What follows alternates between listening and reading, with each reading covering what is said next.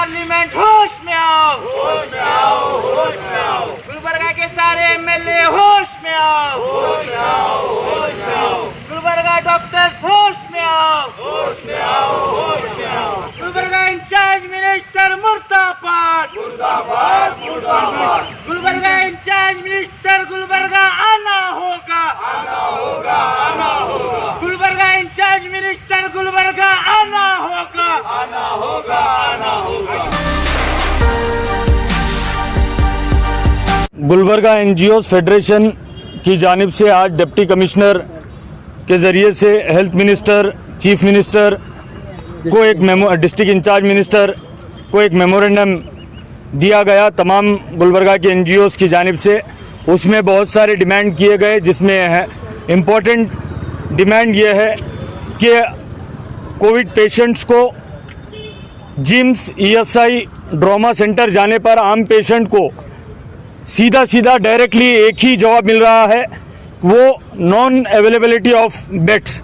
अगर हम तमाम एनजीओज़ लोगों से ये अपील कर रहे हैं कि अगर आपके पास सिम्टम्स आते हैं तो आप इमीडिएटली जिम्स, ईएसआई और ट्रॉमा सेंटर को जाइए। अगर वो लोग जा रहे हैं पॉजिटिव आने के बाद में उनके पास बेड्स नहीं हैं तो वो कहाँ पर जाएंगे। और दूसरा पॉइंट, नॉन कोविड पेशेंट्स के लिए ऑन टाइम सर्विसेज नहीं देने से, specially heart, cardiac issues related patients को ऑन टाइम सर्विसेज नहीं देने से कोविड से ज़्यादा नॉन कोविड पेशेंट्स के डेथ गुलबर्गा में हो रहे हैं। और डिलीवरी केसेस में हार्ट पेशेंट्स के लिए उन्हें पूछा जा रहा है कि कोविड टेस्ट लेकर आओ, रिपोर्ट लेकर आओ। आप हार्ट पेशेंट के लिए ऑन टाइम सर्विस अगर नहीं देंगे और 2-3 दिन टेस्टिंग रिपोर्ट आने तक वेट करेंगे तो आप बताइए कि हार्ट डिसीजेस इश्यूज वाला पेशेंट 2-3 दिन तक कैसे सरवाइव करेगा। तो लॉकडाउन भी अनप्लान किया गया, अनलॉक भी अनप्लान किया गया। ये कंप्लीटली गवर्नमेंट ऑफ कर्नाटका का और डिस्ट्रिक्ट एडमिनिस्ट्रेशन का फेल्यूर है। यहाँ पर patients day by day increase हो रहे हैं। गुलबर्गा में कोरोना वायरस के patient day by day increase हो रहे हैं। अब बसवेश्वर को कोविड वार्ड बनाया गया। आज सुबह में एक इंफॉर्मेशन मिली कि वहाँ पर एक पेशेंट के लिए अगर एडमिट होना है और उसका ट्रीटमेंट वहाँ पर होना है तो कम से कम 5 लाख रुपीस लगेंगे। जबकि मेडिकल काउंसिल ऑफ इंडिया के क्लियर गाइडलाइंस है, जिसके पास मेडिकल कॉलेज है वो हॉस्पिटल अगर चला रहा है तो 50% बेड्स गवर्नमेंट ऑफ कर्नाटका को, गवर्नमेंट को वो 50% बेड्स दे।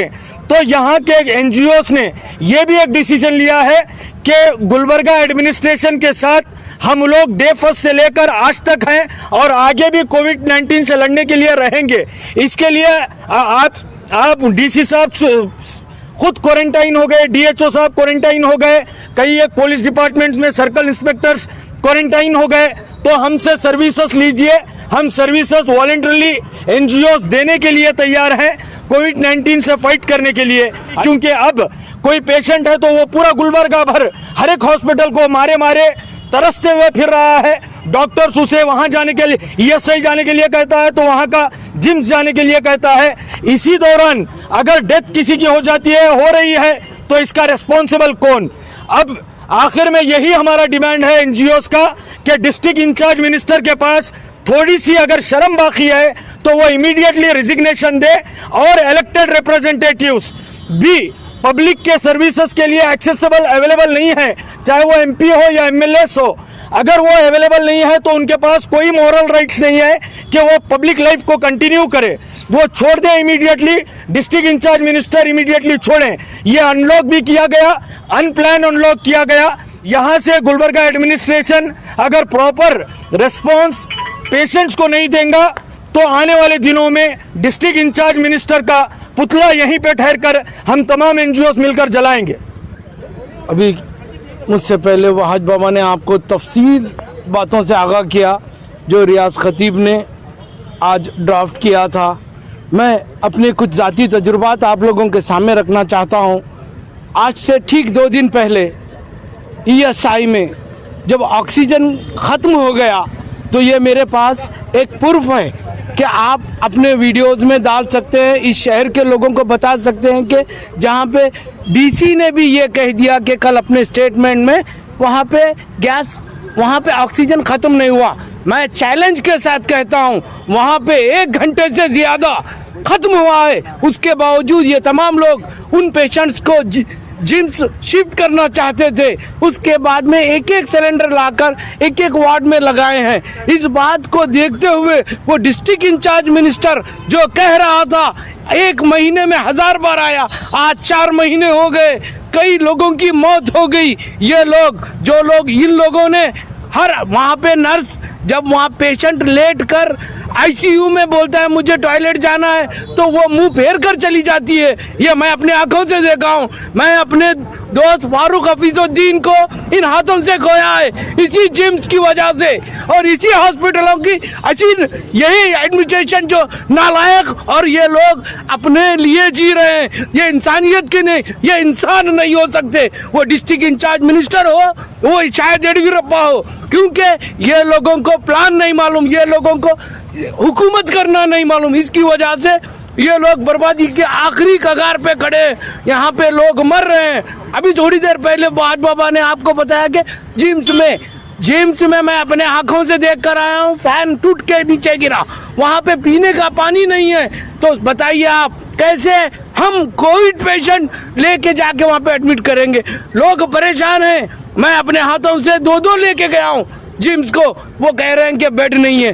कौन जिम्मेदार है वो? और सब मैं आपको वो डॉक्टर शफी, वो डॉक्टर जब्बार, ये सब लोग नालायक हैं, क्योंकि बहुत से डॉक्टर काम कर रहे हैं, वो भी क्वारंटीन है। आज जयदेव हॉस्पिटल बंद है, क्यों? इस वजह से कि वहाँ पे भी कुछ लोगों को पॉजिटिव आया है। मैं इस शहर के तमाम लोगों से, मुझे अफसोस है इतने ऑर्गेनाइजेशन के नाम पे हम थोड़े से मुट्ठी भर लोग आए हैं, यही शुरुआत बहुत है, लेकिन ये लोग जागना पड़ेगा। शहर के गुलबर्गा के लोग ये आगे बढ़ेंगे इंशाल्लाह। ये तमाम मेरी एक ख्वाहिश है, जिस तरह हैदराबाद, आंध्र प्रदेश में या फिर तेलंगाना में जो प्राइवेट हॉस्पिटल्स जो लोगों को लेके इलाज कर रहे हैं, इसी तरह डीसी प्राइवेट हॉस्पिटल्स को परमिशन दे और वहाँ पे एक लिमिट बनाए और वहाँ के लोगों को, वहाँ पे हम शहरियों का इलाज हो। अस्सलाम वालेकुम रहमतुल्लाहि व बरकातहू। अस्सलाम वालेकुम। यहाँ सभी गुलबर्गा के और NGOs की तरफ से हम लोगों ने यहाँ पर एक मेमोरेंडम सबमिट किया है गुलबर्गा डीसी को, कि हमारे जो मेन पॉइंट्स हैं कि हमने एक वेबसाइट बनाई है। जैसा कि हम लोग को मालूम पड़ रहा है कि पेशेंट्स को जो है हर हॉस्पिटल में रिफ्यूज़ कर रहे हैं, चाहे को जिम्स हॉस्पिटल हो चाहे ESI हॉस्पिटल हो। तो इसके लिए हम लोगों ने एक वेबसाइट बनाई है कि covid-kalburgi.com। उसमें हम लोग है ना, पेशेंट कोई भी है या उनके रिलेटिव है, आसानी से देख सकते हैं वेबसाइट पे कि कितने बेड्स कहाँ पर किस हॉस्पिटल में अवेलेबल हैं। तो उस हिसाब से हम लोग डाइवर्शन कर सकते हैं। तो ये हम लोग डिस्ट्रिक्ट एडमिनिस्ट्रेशन को हमारी तरफ से, NGOs की तरफ से हम उसको हम लोग हैंड ओवर करना चाहते हैं फ्री ऑफ कॉस्ट, और सर्विस भी देना चाहते हैं 24/7। और इसके अलावा भी हम लोगों ने इसमें डिमांड की है कि यहाँ पर जो प्राइवेट हॉस्पिटल्स हैं तो 50% बेड कोविड पेशेंट के लिए एक्वायर करें, और जो BPL फैमिलीज़ हैं या आयुष्मान भारत कार्ड, कुछ भी ऐसे गरीब लोग हैं जो हैं, उनको फ्री ऑफ कॉस्ट वहाँ पर ही प्राइवेट हॉस्पिटल में ट्रीटमेंट दिया जाए। और साथ ही साथ जो इनहेंस बेड जो है बहुत शॉर्टेज हो रहे हैं, चाहे जिम्स हॉस्पिटल हो चाहे ESI हॉस्पिटल हो, तो उसमें भी आप गवर्नमेंट की तरफ से इनहेंस करें। जो ICU बेड हैं, HDU बेड्स हैं, उसको इंक्रीज़ करें।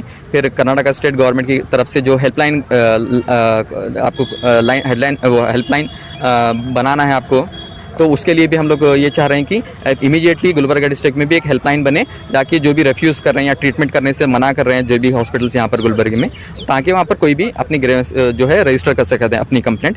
फिर इसके अलावा जो है कोविड सेंटर्स यहाँ पर भी, जैसा रायचूर में बना रहे हैं कोविड से केयर सेंटर्स, तो यहाँ पर भी गुलबर्गा में भी जो NGOs इंटरेस्टेड हैं या गवर्नमेंट की तरफ से भी कोविड सेंटर्स ज़्यादा से ज़्यादा बनाएं। और हमारी ये लास्ट ये डिमांड थी कि NGOs को ज़्यादा से ज़्यादा यहाँ पर आप सपोर्ट लें हमारा, और हम लोग बहुत सारे NGOs फ्री ऑफ कॉस्ट जो है सर्विस देने के लिए रेडी हैं डिस्ट्रिक्ट एडमिनिस्ट्रेशन और पब्लिक को, और फ्री सिलेंडर्स जो सप्लाई करना चाह रहे हैं NGOs, या कोविड केयर सेंटर्स यहाँ पर सेटअप करना चाह रहे हैं। तो डिस्ट्रिक्ट एडमिनिस्ट्रेशन से हमारी ये डिमांड है कि इनको NGOs को कोऑपरेट करें हमको, और हमारी सर्विसेज लें, और ये फ्री ऑफ कॉस्ट या जो भी nominal no profit no loss पे बेसिस पे रहेगी हमारी सर्विसेज। तो हमारी और एक भी रिक्वेस्ट है कि जो पेशेंट जो ICU में एडमिट हैं जिम्स हॉस्पिटल या ESI हॉस्पिटल में, उनको कुछ भी अपडेट नहीं मिल रहा है पेशेंट की कंडीशन क्या है क्या नहीं, तो हमारी ये भी डिस्ट्रिक्ट एडमिनिस्ट्रेशन और स्टेट गवर्नमेंट से यही रिक्वेस्ट है कि पेशेंट के अटेंडर को जो है 2 से 3 बार इनको मिलने दिया जाए आईसीयू वार्ड में, और प्रॉपर पीपी के साथ जो है प्रिकॉशंस के साथ उनको अलाउ किया जाए।